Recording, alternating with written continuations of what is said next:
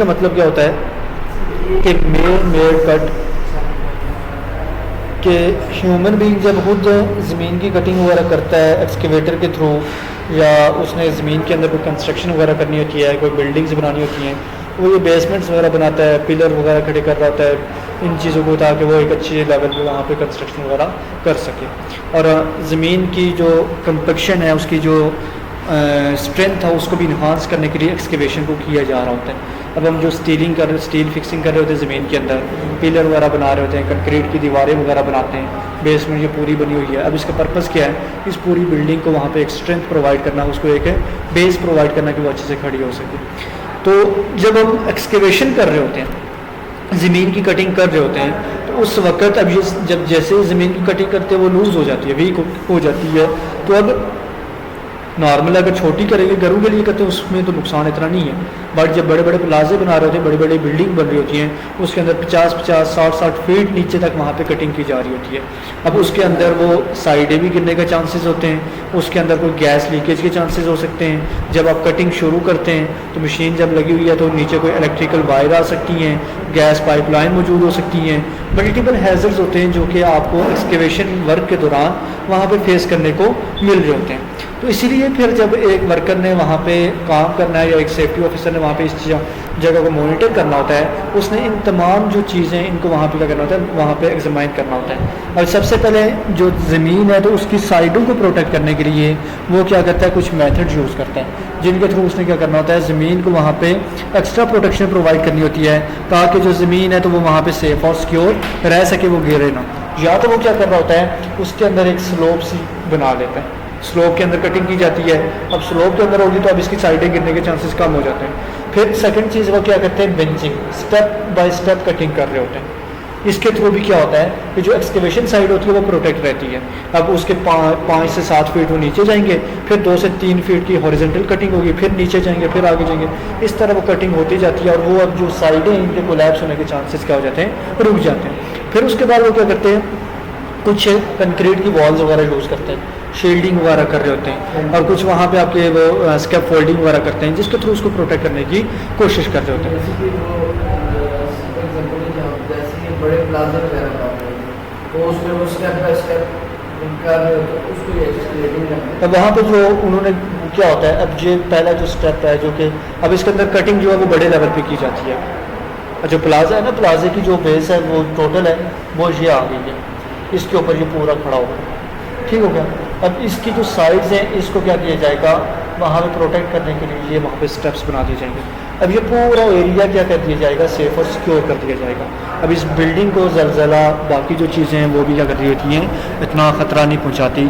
अब आप देखते हैं बहुत सारी बिल्डिंग्स होती हैं, उनके अंदर स्टील के बड़े बड़े रॉड डाल दिए जाते हैं। उसका पर्पज़ क्या होता है, स्टील क्या करती है कि वो उसके अंदर फ्लेक्सिबिलिटी होती है, वो एकदम से क्रैक नहीं होती है, टेंसाइल उसकी स्ट्रेंथ होती है। अब जब जलजला आता है तो जलजला यही काम करता है, तो बिल्डिंग को क्या करता है, वो वहाँ पे फ्लेक्सिबिलिटी प्रोवाइड कर देता है, और बिल्डिंग के अंदर वहाँ पे डैमेजेस के चांसेस कम हो जाते हैं।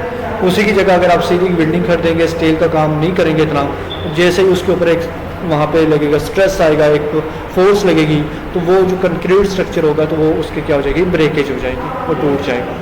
तो इसलिए फिर ये किया जाता है। तो इसके अंदर सबसे पहले चीज़ आ जाती है एक कन्फाइंड स्पेस। कन्फाइंड स्पेस का मतलब क्या है, ये अपने डिज़ाइन की वजह से और इसकी जो ओपनिंग है उसकी वजह से, और जो इसका एग्जिट है उसकी वजह से, अनफेवरेबल कंडीशन की वजह से, जो नेचुरल एटमॉस्फेयर इसके अंदर मौजूद नहीं होता और इसके अंदर हज़ार्डियस सब्सटेंसेस मौजूद होते हैं, और वहाँ पे ऑक्यूपेंसी के लिए भी ये मुश्किल होती है।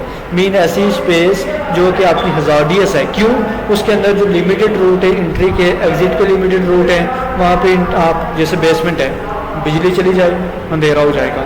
अब यहाँ पे बेसमेंट जब बनेगी आपकी, अभी एक स्टार्ट में तो ना बिजली आ जाएगी, अब जब आप बना रहे हैं एक आपने लेंटर से डाल दिया, अब नीचे अंधेरा है, अब वहाँ पे लाइट लेवल आपको चाहिए होगा, वहाँ पे हवा सही नहीं है, ऑक्सीजन की कमी होगी, टेम्परेचर के अंदर चेंजिंग होगी, सैलाब अगर आ जाए वो पानी अंदर फील हो सकता है, तो मल्टीपल हैजर्ड से जो सामने फेस करने पड़ सकते हैं। इस वजह से ये जो कन्फाइंड स्पेस होती है वो हज़ार्डियस कंसिडर की जा रही होती है। एक्सकेवेशन क्या है कि man made cut cavity trench or depression form by earth removal. Excavation हमारे पास क्या है कि जब ह्यूमन बीइंग खुद क्या करता है, ज़मीन मट्टी को निकाल के उसके अंदर कोई वहाँ पे कैविटी बनाता है, कोई ट्रेंचेस बनाता है, कोई हंदके होती हैं या कोई और सीवरेज पाइपलाइन बनाता है या कोई बेसमेंट वगैरह बनाने की कोशिश करता है, उस फॉर्म को हम क्या नाम देते हैं, एक्सकेवेशन का नाम देते हैं। तो हैजार्डियस एटमॉस्फेयर कौन सा होता है, ऐसा एटमॉस्फेयर जिसकी वजह से कोई बंदा बीमार हो सकता है, किसी बंदे की डेथ हो सकती है या वो इंजर्ड हो सकता है, वो हैजार्डियस एटमॉस्फेयर होगा। जैसे आप देखते हैं थोड़ा टाइम पहले जब ये डीजल वगैरह बहुत प्योर क्वालिटी का होता था तो एटमॉस्फेरिक पोल्यूशन एक हाई लेवल पर पहुंच गई थी। अब वो एटमॉस्फेयर हमारे लिए क्या था, हैजार्डियस था, उसके अंदर बहुत सारे लोग बीमार हो रहे थे। फिर शील्ड आ जाती है। शील्ड का मतलब होता है structure able to withstand a cave in and protect employees.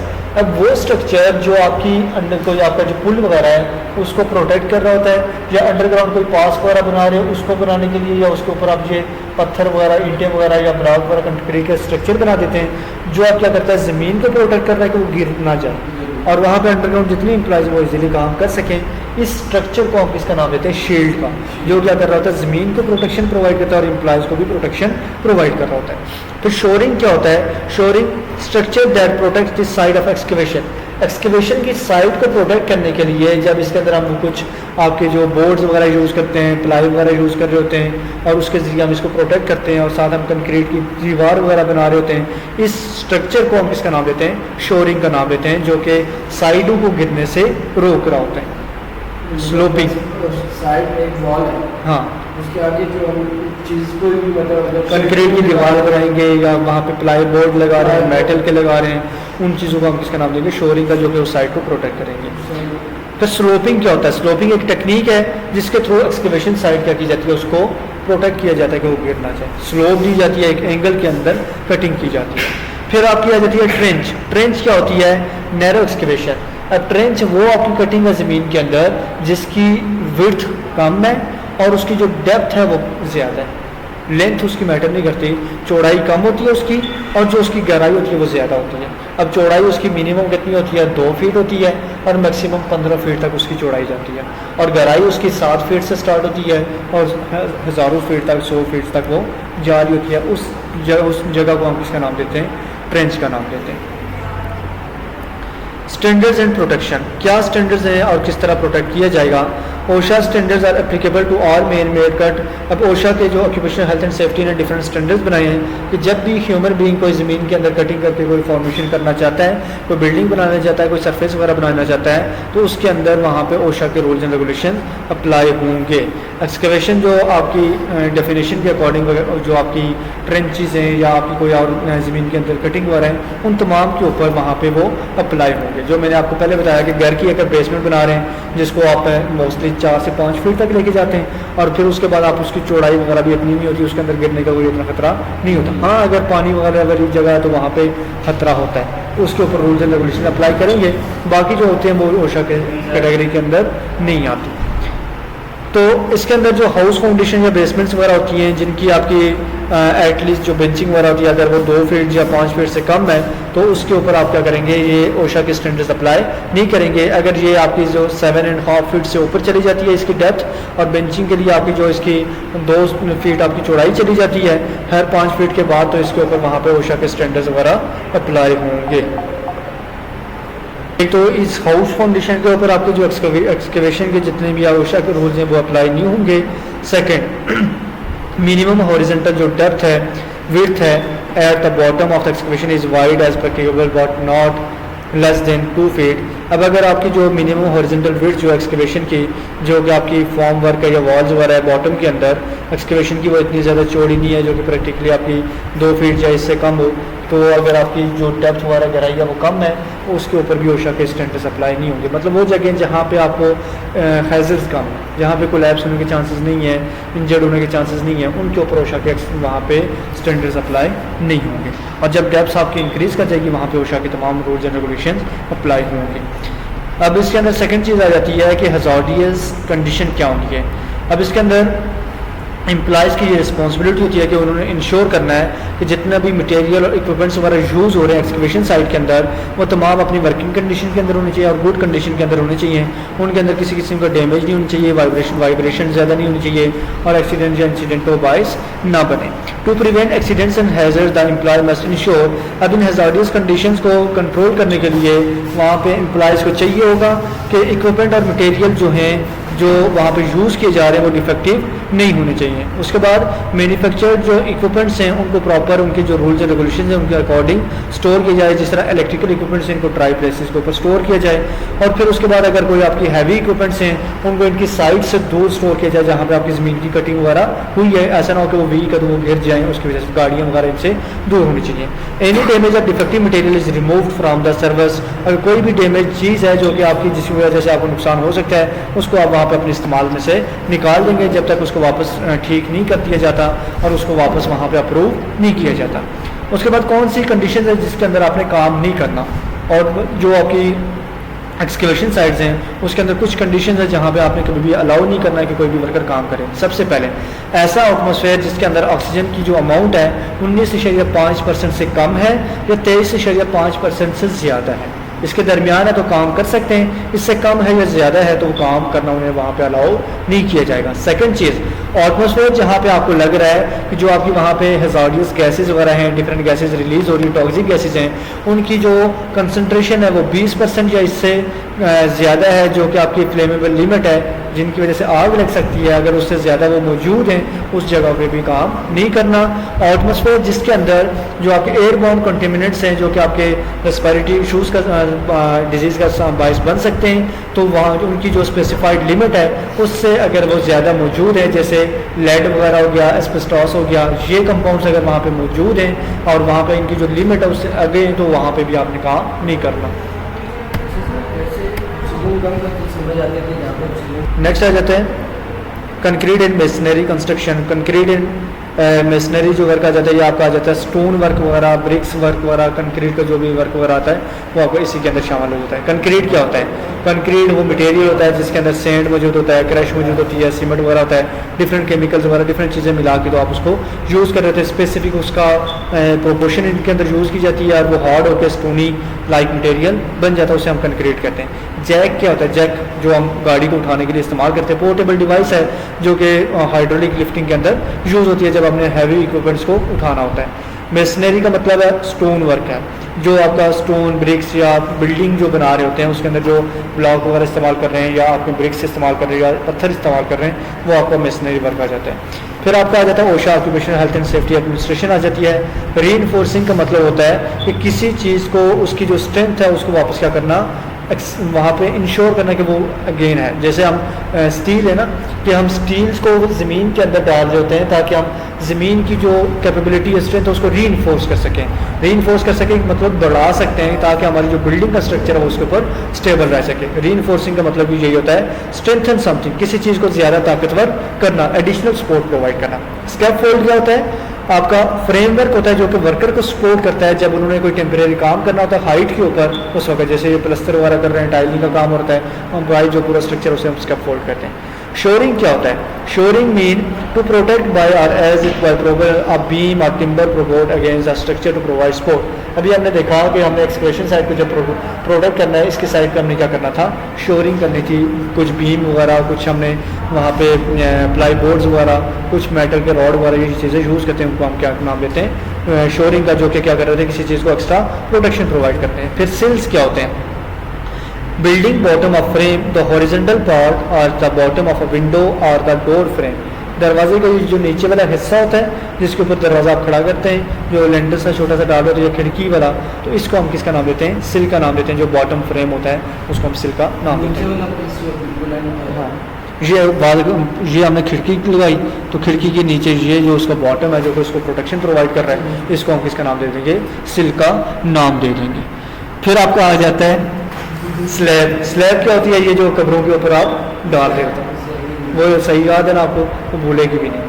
तो जो लेंटर डालते हैं ये भी आपकी स्लैब ही कहला रही होती है, जो कि आपका कंक्रीट स्ट्रक्चर होता है, रेक्टेंगल फॉर्म के अंदर मौजूद होता है, जो कि किसी चीज़ को बेस प्रोवाइड कर रहा था, उसके ऊपर बाकी आप फर्दर कंस्ट्रक्शन वगैरह कर सकते हैं।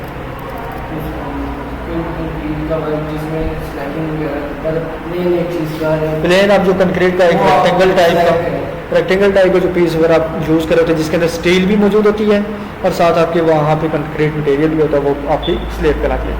Concrete and masonry construction. Concrete और मेसनरी कंस्ट्रक्शन क्या है? Employee must not place construction load on a concrete site, कि कंस्ट्रक्शन साइट पे कंक्रीट और मशीनरी कंस्ट्रक्शन जहाँ पे हो रही है, अब वहाँ पे एम्प्लॉय की ये रिस्पॉन्सिबिलिटी है कि उस चीज़ के ऊपर तब तक कोई लोड ना डाले जब तक वो अपनी स्ट्रेंथ गेन ना कर ले। पिलर बीम के ऊपर हम जब तक लेंटर नहीं डाल सकते जब तक ये पक्के नहीं हो जाते, फिर लेंटर के ऊपर से नीचे से हम सपोर्ट नहीं निकालते जब तक वो अपनी स्ट्रेंथ गेन नहीं कर देता। और इस लेंटर के ऊपर हमने एक लेयर बनाई होती है ना 4 इंचेस 5 इंचेस 6 इंचेस, उसके अकॉर्डिंग हम फर्दर इसके ऊपर वहाँ पे क्या कर रहे होते हैं, मैन्युफैक्चरिंग भी कर रहे होते हैं, लोड डाल रहे होते हैं। तो इसकी जो स्ट्रेंथ है उससे ज़्यादा वहाँ पे लोड नहीं डालना। फिर पर्सनल प्रोटेक्टिव इक्विपमेंट्स, जब भी एम्प्लॉयज़ ऐसी जगह पे काम कर रहे हैं जहाँ पे सैंड का सीमेंट का या वहाँ पे इस तरह का कोई काम हो रहा है, कंक्रीट का काम हो रहा है, वहाँ पे वो पर्सनल प्रोटेक्टिव इक्विपमेंट्स का इस्तेमाल करेंगे, अपने फेस को प्रोटेक्ट करेंगे, हाथों को, पाँव को, इन चीज़ों को। फिर bulk concrete storage, bulk storage bins, containers and silos must equipped with conical or tapered bottom and mechanical। अब ये आपकी जो कंक्रीट की मशीन होती है जिसके अंदर मिक्सर जो यूज़ हो रहा होता है, अब इसको आप देखते हैं कि कोन टाइप बना होता है। अब ये इसके ऊपर ये आप ये क्या कर रहे होते हैं, ये कौन सी बना रहे होते हैं, उसके थ्रू आप इसके अंदर मटेरियल वगैरह पुट कर रहे होते हैं। उसके बाद फिर इसका जो दूसरा स्ट्रक्चर बना होता है वो भी आपका इस तरह सा कौन सी बनी होती है और उसके थ्रू वापस आगे मटेरियल पुट हो रहा होता है। तो कहा जाता है कि जो भी बल्क स्टोरेज चीज़ें होंगी उनका एक पीछे टैंक सा होना चाहिए और आगे फिर उनकी कौन टाइप बनी हो जिसमें से वो एक अमाउंट के अकॉर्डिंग वो चीज़ें वहाँ पे एक्सट्रैक्ट हो निकलें और एकदम से वो बल्क के अंदर वहाँ पे फैल ना जाए, आउट ऑफ कंट्रोल ना हो जाए। फिर कि employees must not permitted to enter storage facilities unless the injection system has been shut down. और कंक्रीट जहाँ पे आप कंक्रीट डाल रहे हैं और ये बड़ी मशीनें लगी हुई हैं उसके अंदर एम्प्लॉयज को तब तक अलाउ नहीं किया जाएगा जब तक वो मशीन बंद नहीं हो जाती और वो जो जगह वो प्रॉपर सेटल डाउन नहीं हो जाती।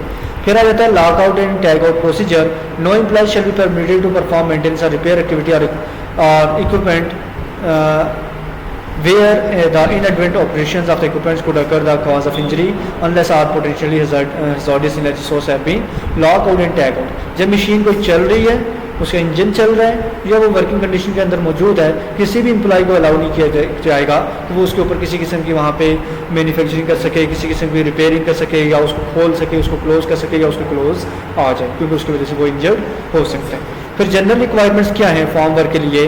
Form work must be design. अब जब आप ये फॉर्म वर्क जो आप कर रहे हैं, जो भी आपकी स्ट्रक्चर वगैरह बन रहे मशीनरी वर्क है, ये प्रॉपर डिज़ाइन होना चाहिए, आपकी इसके अंदर इरेक्टेड होना चाहिए, मतलब इसको सपोर्ट्स वगैरह प्रोवाइड करें और इसके ब्रेस वगैरह लगी होनी चाहिए, मतलब साइड पर सपोर्ट्स वगैरह लगी होनी चाहिए।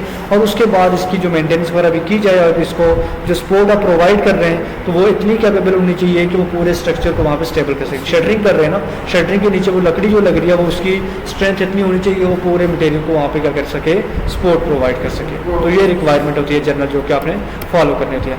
मटेरियल कौन से जो आप मोस्टली यूज़ कर रहे होते हैं ये कंस्ट्रक्शन के अंदर, कंक्रीट के अंदर मोस्ट कॉमन मटेरियल जो कंक्रीट फॉर्म के अंदर यूज़ होता है वो आपकी प्ले बोर्ड यूज़ होती है, प्लाई बोर्ड जो होता है वो यूज़ हो रहा होता है। इसके अंदर हार्ड बोर्ड भी होता है, स्ट्रिप बोर्ड भी होते हैं, जो शीट्स वगैरह होती हैं, रीइंफोर्स्ड आपकी प्लास्टिक्स भी होती हैं, स्टील वगैरह भी होती है और अदर मटेरियल भी यूज़ होते हैं जो कि आपके इसके अंदर कंक्रीट की जो कंस्ट्रक्शन हो रही है उसकी ग्रेडिंग के अकॉर्डिंग यूज़ हो रहा है। जितनी हैवी करेंगे उतनी हमें हार्ड चीज़ चाहिए होगी। अब अगर जस्ट बेसमेंट बना रहे हैं यहाँ पे हम प्लाई बोर्ड भी यूज़ कर सकते हैं, लेकिन अगर इसी की जगह हम यहाँ पे एक पूरा गुंबद सा बना रहे हैं जिसकी चौड़ाई 5 मीटर है, 5 मीटर मतलब 15 फीट है और पूरा का पूरा उसने क्या है कंक्रीट फिल करनी है, अब उसके साइडों पे ये लकड़ी हम इस्तेमाल नहीं कर सकते।